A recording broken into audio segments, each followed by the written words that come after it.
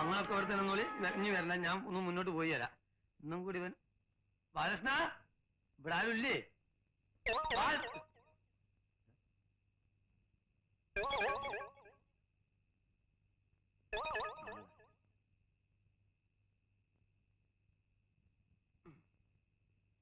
മഞ്ഞപ്പിശാചിനെ കാണാനില്ല. നിങ്ങളൊക്കെ ആരാണ്? ഞങ്ങള് ഹംസക്കോയല്ലേ? അതെ.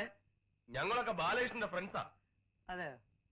അല്ല, നിങ്ങളെ മൂന്നാളിയും ഇരട്ട പറ്റതല്ല, അമ്മ പറ്റതാ. എന്തേ തനിക്കിപ്പോ എന്താ അറിയണ്ടേ?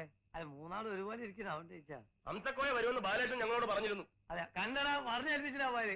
എന്നിട്ട് അവനവിടെ പോയി പണം വാങ്ങിക്കാൻ, ഹംസക്കോയ്ക്ക് തരാൻ 2 മണിക്കൂറിൽ വരുമെന്ന് പറഞ്ഞു. അവിടെ ഇരിക്കാൻ പറഞ്ഞു. ഇവിടെ 2 മണിക്കൂറല്ല 4 മണിക്കൂർ ഇരിക്കില്ല ഒരു ഫ്രണ്ടിന് വേണ്ടി. എടാ വരടാ, ഇവിടെ വന്ന് കൂത്തിരിക്കുക എല്ലാരും.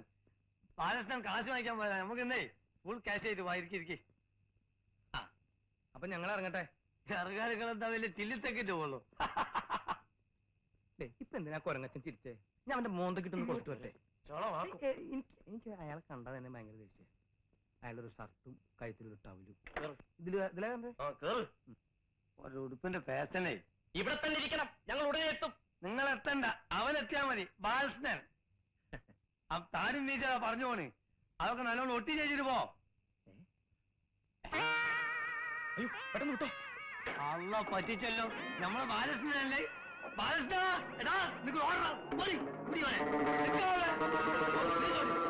ഞാൻ പറഞ്ഞ സ്മൈലിനെ കുറ്റം സ്പീഡിൽ ഓടും ചെയ്യും. നിക്കാ ബാലകൃഷ്ണ, നീ കാറിലല്ല തീവണ്ടി പോലെ തന്നെ ഞാൻ പിടിക്കും. നീ മനസ്സിലാക്കല്ലേ?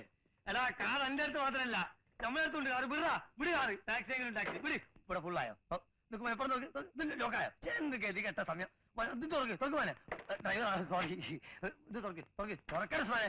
ഒന്നാമത് തല്ലി തല്ലി അടുക്ക പോ. വിട് വിട് വിട. എന്താ കളിക്കും? വിട്. അല്ലോ, പറ്റി